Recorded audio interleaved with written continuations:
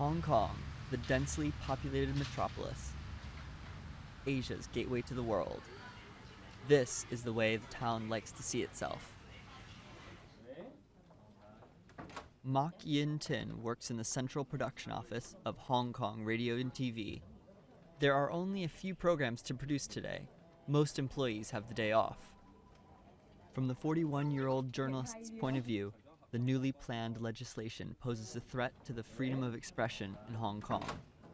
Radio and television journalists are used to being able to express their opinions openly. Now the new law could stop this freedom. I think the most dangerous point to make is that it's easier for the government to make a crime out of free speech if the proposals made by the government were enacted. So we are against very much the original proposal get passed in the Legislative Council. Article 23 is at the heart of the new laws. Those who speak out openly against the government in Beijing will face life imprisonment. The USA and the UK have protested, but critics of the new law have not been reassured, despite promises that foreigners will be granted immunity. Already many radio and television stations have been regulated, leaving a bleak prospect for Hong Kong's journalists. The freedom of the press have been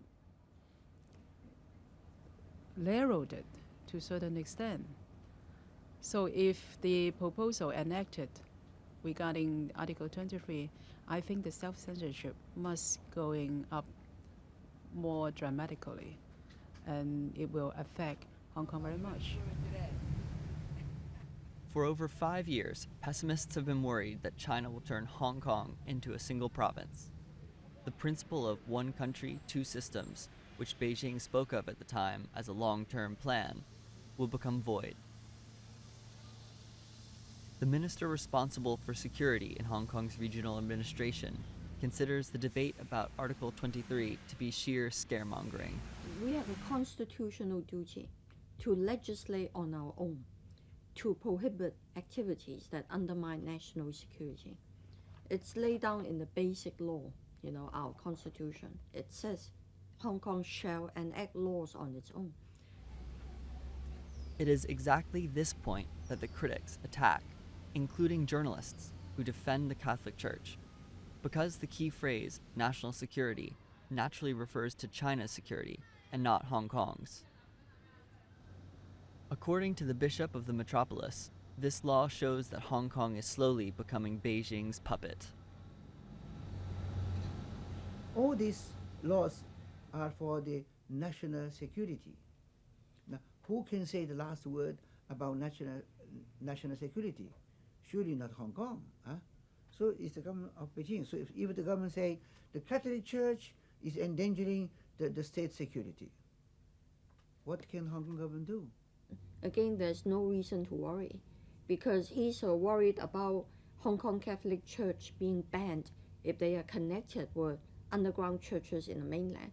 But actually, our proposals will not refer to connection. We will only refer to affiliation in a sense of subordination. According to church leaders, this is a weak argument. The fate of the underground church in China, the Pope following Catholics, will become the fate of the official church in Hong Kong.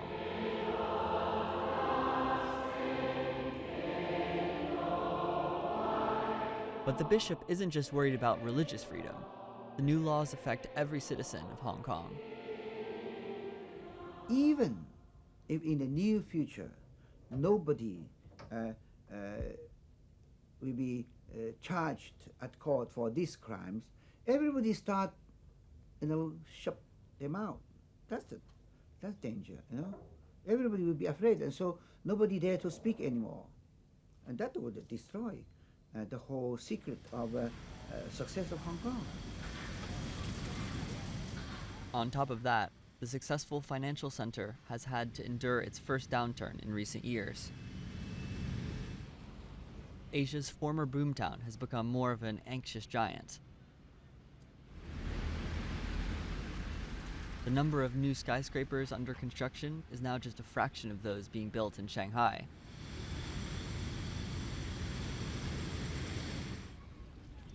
Overexpensive rents and declining incomes are driving many people into poverty. At the gates of Hong Kong, people are living in boats because they cannot afford to pay for a permanent place to stay. 2002 witnessed, for the first time, real talk of an economic crisis. And now, Hong Kong is also facing political uncertainty. Some months ago, a political initiative was set up to inform the citizens against the dangers of Article 23. Here, in the center of Hong Kong, the organizers are collecting signatures for a petition against the new law, with some degree of success. Well, it's a threat.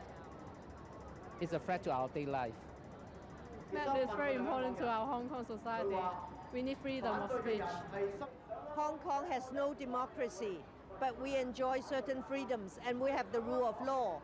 But we fear that if we have legislation on Article 23, then some of the freedoms we enjoy will disappear. And the way that the mainland government treats its own citizens will also be imported into Hong Kong. The people don't trust the government.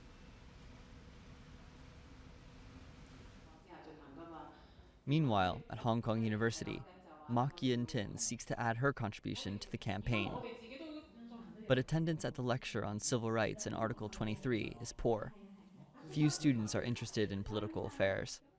Some hope that perhaps the problem will take care of itself as China opens up to the West.